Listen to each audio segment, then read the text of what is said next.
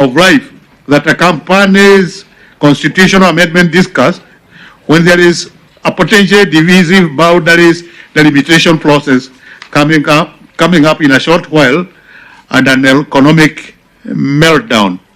In conclusion, we in NCCK commend the National Dialogue Committee for the process you have engaged in. However, the time frame provided is rather short, which has the risk of forcing the committee to adopt a political settlement with minimal public participation. NCCK recommends that the committee engages Kenyans at the county level to ensure no Kenyan is left unheard. We recommend that the term of the committee to be extended for this purpose. On our part, we remain committed to the betterment of Kenya. We will continue promoting dialogue at all levels so that Kenyans build a common vision for a just, resilient, sustainable future, being inspired by the words of Prophet Amos, chapter 3, verse 3, do two walk together unless they have agreed to do so? That is our memorandum.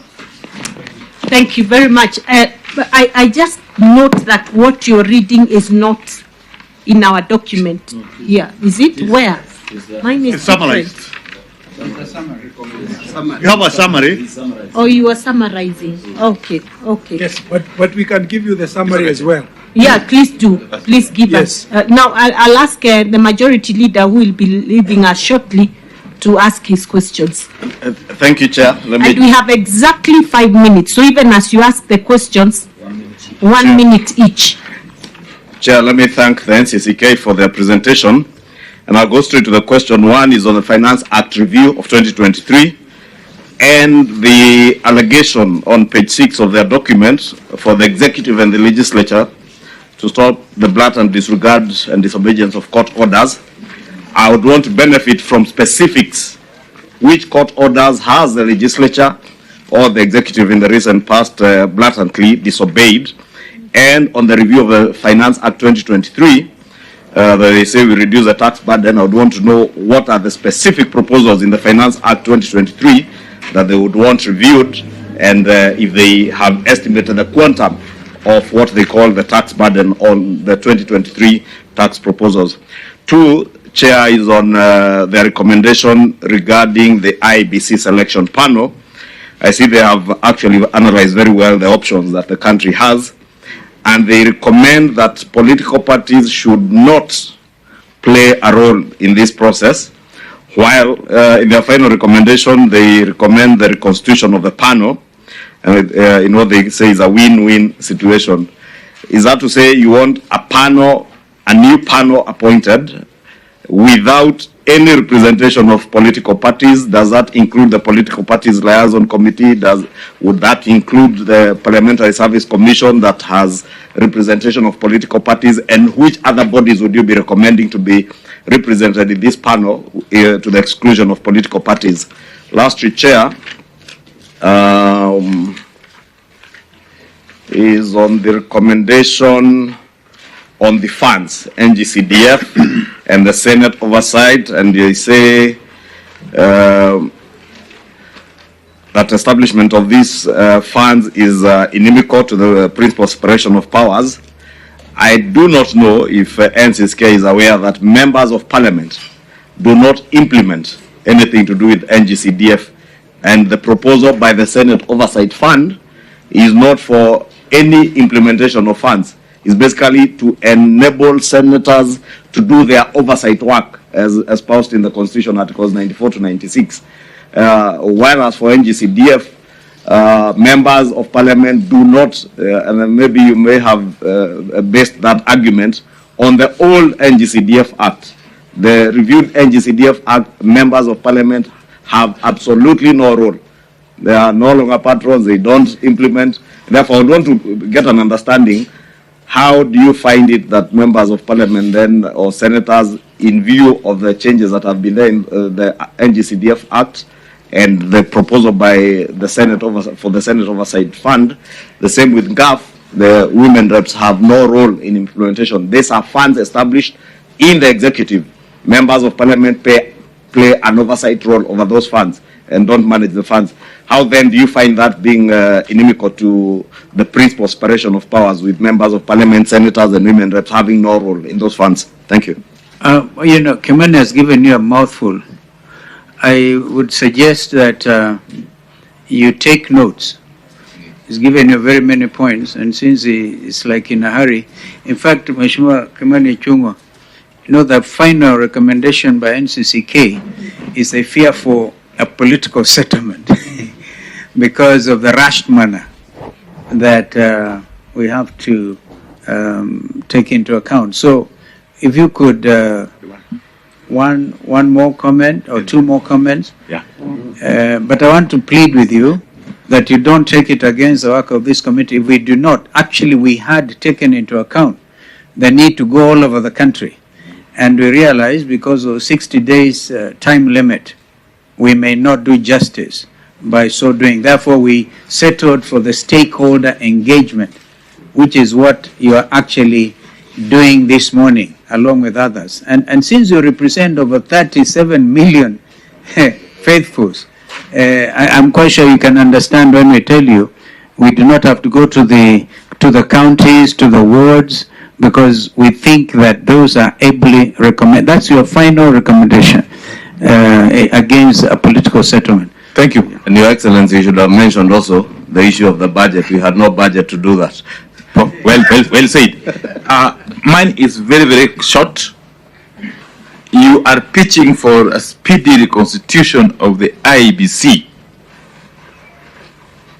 And we are making a raft of recommendations on how the panel needs to be rejigged. But I want to ask you, first and foremost, what relationship does the NCCK, if at all, have with the body commonly known as Interreligious Council of Kenya, which as we speak, under the current act, is represented at the IEBC selection panel by 2 representatives? Are you by any chance a member or an affiliate of the Interreligious Council? And do you feel adequately represented by that body? Thank you. Thank you. I think those are sufficient comments. Thank you. Over to you, Secretary General and the Chair. And you know, Chair, we must make a disclosure. We were together this Sunday, and thank you for the wonderful inspirational sermon. And you promised to come, but you were talking about Wednesday. We made it possible for you Tuesday, which is today. Karibuni sana. Thank you. Good. Thank you very much, Chairs. Let me start with the Finance Act. We made ourselves very clear in terms of the provisions of the Finance Act that the Finance Act increased the tax burden of Kenyans. I will not put all the examples, but I will take, for example, the VAT for purposes of fuel. We know fuel plays a key role in fueling and powering the economy. So when the VAT was increased by 8%, it has literally affected every sector of the economy. And I think that is something that we need to discuss as Kenyans and ask ourselves whether we want to continue that way. And it was made worse that the subsidy that was there before, although it has been replaced by the stabilization fund, needs to have cognizance of the concerns that are raised by Kenyans and especially the business community.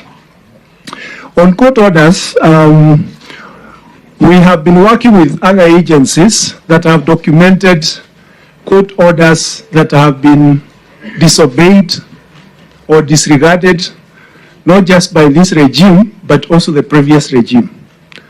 And it is something that is of great concern to us as religious leaders, because constitutionalism, which has been the bedrock of law and order, requires that every institution respects the other. And without going into details, this is something that we feel needs to be taken seriously going forward. I think I'm okay. I just wanted that clarification. Yes. It is even from past regimes, because Yes. in the last 1 year, I would have really benefited from a single court order that either Parliament or the executive has disregarded. So if you are going back to past regimes, I think I'm satisfied. Yes, it's a historical fact, and we would like that But also to point not out to happen. you, General Secretary, Yes. the stabilization fund is not a new fund. It had been there. Again, it had been abused and misused elsewhere. It's always existed. Yes, there's always And General issues. Secretary, please Yes. don't be intimidated by Kimani Chungo. Yes, the majority They are only informing him because I he need seems not protection to. from the majority leader. I'm only informing. You know, General Secretary is sitting next to my moderator. Yes, Therefore, I cannot attempt. he might excommunicate you. If you- General Secretary, Yes. respectfully, you have 2 last minutes to say Yes. something. Yes, if he doesn't interject, I'll finish quickly. On IBC panel, we have a very simple approach. We don't want political parties to play a role in selection of IBC commissioners. We want a professional IBC.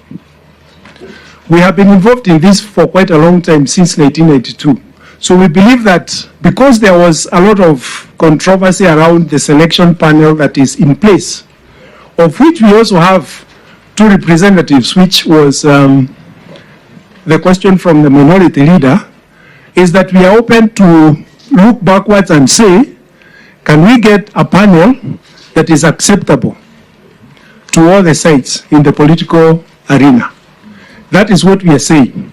So that then we can get an IBC and a commission that is professional. We do not wish to have, it's our position that the IPPG framework, which created the ECK, where political parties directly nominated the commissioners, was creating a situation where the referee is chosen by the parties and the players. So we are for a professional IBC. And we know the law was amended, there were court orders and so on and so forth. So we have been involved in this game and would prefer that a political settlement that gives us a panel that is agreeable and gives us commissioners that are also agreeable to Kenyans, then we can move on. On funds, I think we are clear. Political leaders in this country want to manage funds. CDF was created in early 2000 to provide for devolved funds. It was after we got the new constitution, there was no alignment with the new constitution. So it's time for us to actually align these funds, because I know also once we pass this one for oversight by Senate, because Senate have been demanding a fund as well, and the women rep. What about the MCAs? So what we are saying is what is good for the goose is also good for the gander. Then go ahead and establish a fund for every MCA in this country, which is going to be absurd. So let's do away with these funds. I'm not saying we do away with them tomorrow, but can we have a conversation so that the executive runs with funds? Then we have our parliamentarians running with oversight. I think on the last question, yes, we participate and we are members of IRCK, the Interreligious Council, and we have 2 representatives in the panel. But even having them on board, we know the challenges we had when we nominated them. We have full confidence in them, but Kenya is bigger than all of us. It's time for us to sit down and talk and come up with a panel that is acceptable to all parties. And then we can have an IBC. Thank you very much. Chair, maybe just to clarify, my question was, in the absence of political parties nominating panelists, are there other bodies? I was hoping maybe you would say, in relation to what the minority law was asking, whether you have any relation with the Interreligious Council, that maybe we remove the 2 representatives from the Parliamentary Service Commission, the political parties liaison committee, because in a way, political parties have control of the Parliamentary Service Commission, because it's a commission for parliamentarians and their political parties as much as they are also independents in Parliament. The political parties liaison committee is represented in that selection panel, and those are political parties represented in that panel. Are you then proposing we remove even those, maybe include the the Episcopal Conference and NCCK give the religious community more representation, or put other professional bodies like East Park, give more representation to LSK. Maybe for information, LSK has 1 representative, Interreligious Council has 2, Parliamentary Service Commission 2, and who is the other one? The Public Service Commission 1, and the Political Parties Liaison Committee 1 in that selection panel. So that composition, how would you propose we tinker with it? Yes, I know it started when we had 4. The religious leaders had 4. Because you know the history after 2017 election, I think, that we had to disband the IEBC that was there then, the Isaac Hassan Committee. So we 2 of them were taken from us. If you allow the religious leaders have the interest of this country, they can form the entire panel and give you the best. They can give you the best commission. The only thing is that now we bring the SUPKEM, we bring the Hindu Council, we bring the KCCB and NCSK and all the other faiths, and we'll have the best. But we know that may not be acceptable. So we are happy to have the 2. We are happy with the political parties liaison committee participating, because they also have a role to play, and political parties can have consensus on 2.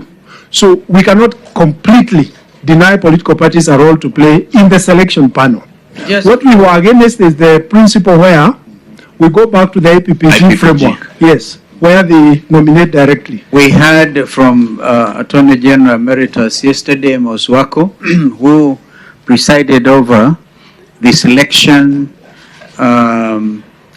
I think it was not the panel. When you do mention that, I think the first chair of IBC, the late Justice Zacchaeus Chesoni. But he had a category of Kenyans he called people with gravitas. People who cannot be compromised. Could you think about that? So that even as you think of having a professional, what you're saying, a professional IBC, you end up with the problem we have had in this country, Canon Kenyanjui, is men and women will get compromised, will get bought with money, and they bring such hurt and harm to our country. So could you think of people with gravitas? People, in that case, we have people like Margaret Kenyatta at that time. She was the first mayor, and she had authority. Even Mzee that time could not do anything about it. The late Harry Mule, an icon of integrity, right?